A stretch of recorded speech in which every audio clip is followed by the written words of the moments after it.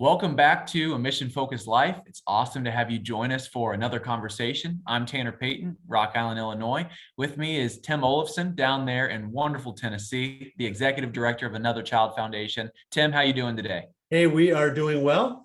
Just thankful that we can continue having these conversations. I know we took a 2-week break from our Mission Focused Life podcast during the Thanksgiving holiday, but we're back at it now, and I'm excited to be sharing with you some things that has went on in my life in the last couple weeks. Well, I know that you took a trip to Guatemala and had an amazing time there with your team. Why don't you share with us just a little bit about some of the highlights of that experience? Yeah. So it was a team of 10 people and myself. So 11 of us went down. Ended up some odd things happened, and only 9 of us ended up making it all the way down to Guatemala. A couple people ended up not being able to go due to circumstances, but we're going to trust that God had a plan in that. So it was disappointing for them, and that's where the team kind of had their hearts broken early on. Is 2 of the ladies who were planning on coming weren't able to go because of some passport silliness that was happening with passports. Wow. Anyway, so we got past that and had an amazing trip. The weather in Guatemala was nicer than it was here in the States, even though we got some rain the first couple of days. Ended up being some days in the 80s. I mean, it was pretty warm down. They call it the land of eternal spring. But overall, what I took away from this trip is probably one of the most spiritually mature mission teams I've ever been on. Very much focused on living a life of mission, which is kind of what we do here at Mission Focused Life. And so they were already well prepared for that. So it was really good to be able to get back in the mission field, but to do it with people who loved missions made the whole trip experience awesome experience. It's great. Well, you told me as we've been talking a little bit since you got home, that you had a pretty big takeaway while you were there, just something that the Lord really spoke to you about that you wanted to share with the rest of the people trying to live on mission every single day. What was that takeaway? Well, the takeaway was there's something about the North. I don't know if it's, so this is kind of an ongoing thought process. There's something about the North American, because we worked with some Canada, so I was used to calling it North American. The North American lifestyle is very much different because we're comfortable with what we have in our lives. We pretty much have access to anything, anytime we want for the most part. Yeah. And then we go to these underdeveloped or developing countries. We work with children who are typically new to the faith. We give them some financial or some physical aid, whether it's shoes, blankets, and things like that. We encourage people, but it always comes down to the staff who are doing that daily work with these people in these underdeveloped or developing countries. Their faith is so much stronger than ours. So one situation we had is it was the last night of doing ministry. We got together in this children's home setting, and we were working with some young nannies. They were in early 20s, and some dedicated staff members who developed this children's home that took in infant orphans. And children were getting abandoned in hospitals right after birth, and they would come into this home, and these nannies would take care of them. And so it took a while. It took about a 10-year process to get from this dream of could we have this orphanage to really making it happen. And but the staff in Guatemala, they are so in love with God, so in love with their Savior Jesus, and they depend on him for everything. And every time I come away from meetings like that or groups like that, my faith always feels weak. It always feels insecure. It's like, what do they have that I don't? So the thing that God really spoke to my heart about, because I prayed about this, is what are they doing different than me? How come I don't love Jesus like they do? And it's kind of humbling because I think I do love Jesus. I know I do. Sure. But what keeps me from totally giving it like they do? I don't know. I'm hoping that a pastor can kind of help me kind of through this. And I know there's got to be other people who feel the same situation, maybe not coming home from a mission trip, but how come when they see others, people of higher faith or deeper faith, what do they do that we don't? And so I was hoping maybe you could share some some light on that. Why is it that I feel this way? Well, you hit on a word there that is pretty convicting for me personally. And the word that you said was dependence. Mm. You said that just about every area of their lives is dependent on Jesus. And I think for us, a lot of us in the North American church context, we can get to the place where we're depending on other things other than Jesus because we have a little bit more affluence. Our daily lives are a little bit more comfortable, a little bit more convenient. And so it's easy for us to forget that ultimately we have to rely on Jesus, that we're not the ones able to do these things on our own, and to get back to that place where every single day we're humbling ourselves and we're submitting our hearts. This is, man, I've been in ministry for 19 years now. And this is something that just because of a class I've been taking the last 7 weeks, it's been called Missional Strategies in Contemporary Culture. I read hundreds and hundreds and hundreds of pages from authors talking about living the missional life.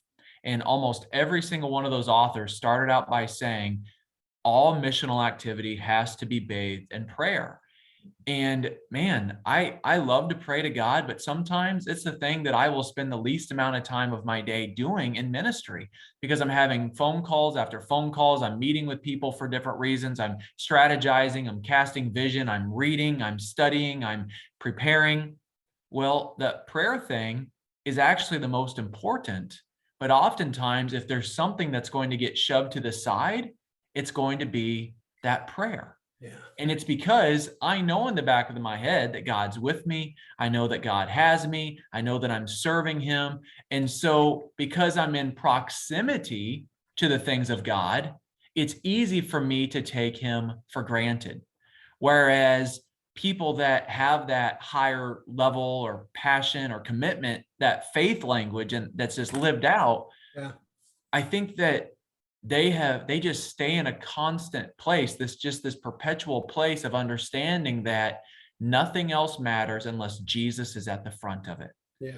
And that's somewhere I want to get to every day. Yeah. One of the things you said there that just made me write down some notes is that the way they do things is different. Everything they do. So especially in Guatemala, and I know it's that way in Romania too. So maybe it's every culture outside of US culture is they're not dependent on time as much as we are. We're looking Sure. at our watch. We have to stay on schedule. And they say, because we were saying, where's Julio at? How come he's late? Well, they said he probably has having a conversation with, he's probably in a relationship. They didn't say he was late. They said he's in a relationship he's having a relationship with somebody. And so maybe that's kind of what we do is we don't value whether it's personal relationships or relationship with God as highly as they do. So as they take time to pray, they'll push everything else off until they are in the right place to pray. And their dedication to prayer is so much higher than ours. And I was thinking that was a result of their faith, but maybe it's the other way around. Maybe their faith is stronger because they do the prayer first. And I know sometimes when all else fails, that's when I tend to start to pray a little bit. I don't think they do that. I think that mentality is different. Sure. Well, you think about two different approaches to medicine. You have, one form of medicine that says, okay, well, when my body gives out, then I'll go to the doctor and I'll have the doctor fix it. They can throw some medication at me, do a surgery. Well, the other form of medicine that I think most doctors, especially insurance companies, would prefer is that we do preventative things. We take care of ourselves on the front end so that our bodies don't break down as often as we're able to maintain and to keep going. And Tim, you saying that, man, I think that is the great reversal that we often get confused by in the American church is that's really what we need to be doing. We have to be starting everything with prayer. And once that foundation is built, well, now we're going to be able to sustain ourselves longer. We're going to be able to, to have the part of the story that stood out to me was the 10 years. In America, that's not going to fly. If you can't get that orphanage up and running and fully staffed and funded in 10 months, good luck. We're moving on to the next people that can get it done. Yeah. Here you're talking about a 10-year dream. And really, going back to the comment you made about time, that's really much more in keeping with how God does things scripturally. Yeah. Is we do things over time. God doesn't just do things all of a sudden. He does once in a while, but it looks like it's all of a sudden because it's taken so long to happen. And then once it starts moving, we're like, oh my gosh, where did this come from? Right. No, God's been doing it. Yeah. He's just been doing it slower. Yeah. And I think the other thing I'm getting out of this conversation is the approach to prayer is different too. When our dependence on ourselves is higher here, and their dependence on God is more important there, their prayers are going to be different than our prayers. Our prayers are going to be either give me something or thanks for giving me that. Where their prayer is, maybe more for that daily bread that they need. And our prayers just aren't as urgent. Our prayers are probably more focused on ourselves than on God. And yeah, so. Well, what just came to mind when you said that, Tim, I think you're 100% accurate, is where do we put the word do in our prayer? Because I think a lot of times in our American mindset, our prayer is, God, do this. God, do this. God, do this. Whereas a dependence prayer is, God, what do you want me to do? Yeah. What do you want me to do today? Where do you want me to go? Who do you want me to talk to? So dependence prayer is all about seeking God's will. Our prayer tends to be more about God confirming our will. Yeah. And that also goes to another thing we talked about a little bit before we started recording, about the way I read in the Bible now. The way I read the Bible now is, what is God trying to tell me through his word, instead of what can I take and implement into my life? And so typically what I've been doing when I read through Proverbs is I read it as, oh, that could be good. I could implement that into my life strategy or my life focus, rather than what is God telling me to do with this scripture.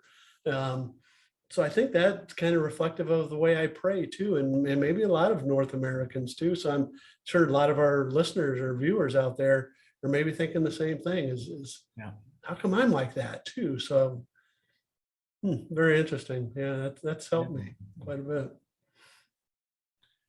Well, Tim, I think the observations that you took away from your trip were incredibly helpful, and I really believe that's part of the mission focused life. I had to write a 15-page paper as a summary of the 7 weeks that I was in class, and in my conclusion, I wrote something that for me was profound, and for anybody else, it's probably no kidding, but I wrote in there that I developed a new definition of the term missional. Missional simply means living intentionally. Yeah. It means living with intention. Yeah. And that intention is to serve God, and by serving God, serving other people. Mm-hmm. It's not just about me. And that's in my church, that's in my home, that's in my work, that's in everything that I do. I want to be intentional, and I want to be doing these things on purpose, and understanding that all the purpose centers around getting people into relationship with Jesus. Yeah. And so you went on a mission trip, and you came back with a greater understanding of mission, how to do this every day, realizing that you have to do this well, you have to be dependent on God. And the only way you can be dependent on God is by praying and establishing everything with his will before you start moving forward with your own. And it kind of comes back to the episodes we did with Pastor Glenn Watley about the abiding cycle. And how we've kind of implemented that into our mission trips. And we talked about that during our trip, is it's really about seeking God's will. And by seeking, it's that intentional relationship and intentionally seeking out what God wants you to do, not to read the Bible as a how to live a better life type of mentality, or how to pray to get more of what we want. It's all combined. How do we do that? And I think that's being mirrored by the people who have tremendous faith. And I'm not saying just people in Guatemala or Romania have this. I think there's a lot of pastors, and I think including yourself, who do this much better than a lot of people. So, I'm yeah, still so- definitely a work in progress, man. Oh, we all are. We all are. Even the Guatemalans, so the people who I learned a lot from this past trip, I'm sure they feel that they got a long way to go, and we do. But living that mission focused life, that's kind of what uh, I'm trying to learn to do better. And it comes down to seeking God's will, and because when you do that, you're trying to understand who He is, and kind of gets back to another episode we did where we learned to respond to things instead of reacting to things. Yeah. So, Well, I tell you what, Tim, I'm taking away a big takeaway today. And it's something that you said a little bit earlier, that the people that have the greatest faith, they don't have the greatest faith, or well, they don't pray because they have faith. They have faith because they pray. yeah. They don't come by that naturally. That dependence is what creates that prayer life for them. Yeah. And I want more of that in my life. Yeah. So let's make a commitment to each other, and hopefully our listeners will do that too, is to start having intentional prayers on how to seek God's will and how to come into a more intimate relationship with Him. And if our prayers focus on that, then I think we'll get closer to where He wants us to be. So Absolutely. Well, hey man, thanks for another great conversation. I appreciate it, Tanner. Appreciate all your wisdom and everything you bring. And I know our audience it can benefit from hearing more about what these mission-focused life conversations are all about. So, All right. Well, hey, thank you all so much for being part of us with another Mission Focused Life podcast. Please feel free to leave a comment. And if you ever have any thoughts of your own, we definitely want to read those also and let other people read them. We hope that you'll join us back here next time for a Mission Focused Life. God bless you.